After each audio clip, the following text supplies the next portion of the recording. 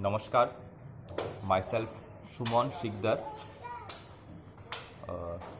Namaskar to Dr. Narendra Joshi, Dr. Shruti, and Dr. Anand Reddy. So, I have joined India on the March project. I would like to continue India on the March project with my research work. So, out of the 12 petals of research area, I have chosen integral yoga psychology as my chosen area of research. So, I try to understand human personality from Sri Aurobindo's writing. So, my proposed area of research is understanding human personality in light of Sri Aurobindo's concept of our being. Okay. So, Sri Aurobindo has given us a structure, beautiful structure, which is the first one is the mental being, then we have the vital being, we have the physical being, and then we have the psychic being.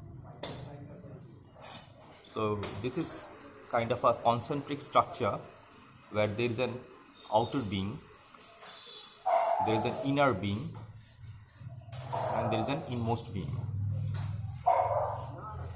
So we have the outer mental, vital, and physical, inner mental, vital, and physical, and then at the inmost being we have the psychic being.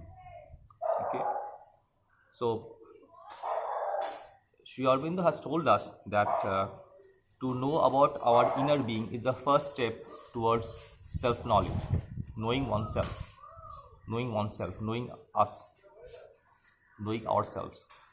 So we are composed of many parts, and each part has its own nature. So some of the broadly defined parts are the structure that he has said is the mental being. The mental being is responsible for concentration, attention, expansion of thoughts, widening, complex thinking, analytical thoughts, control and rejection of thoughts, and the higher ideals. These are some of the functions of the mental being. The mental being, or what we call the intelligence or the buddhi, whatever it is.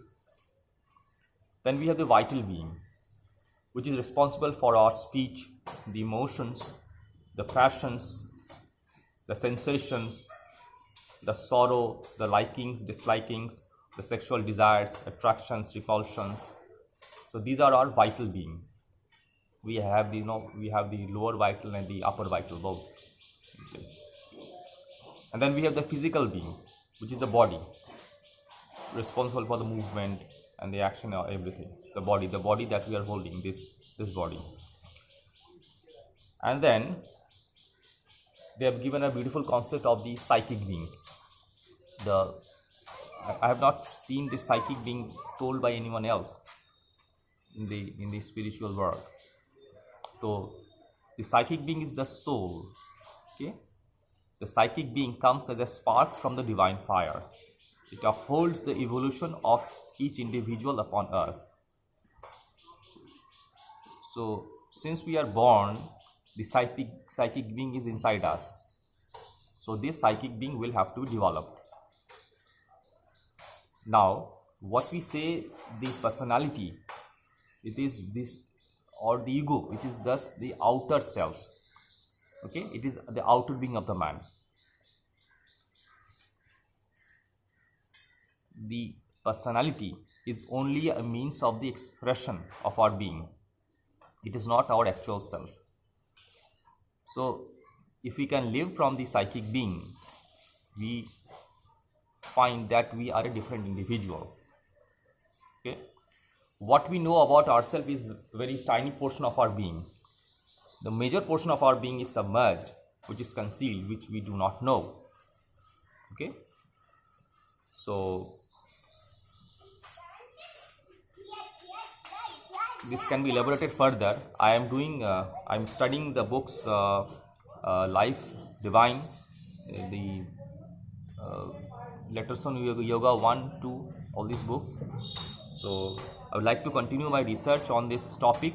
Again, I just repeat the research topic, which is the understanding human personality from the Sri Aurobindo's concept of our being.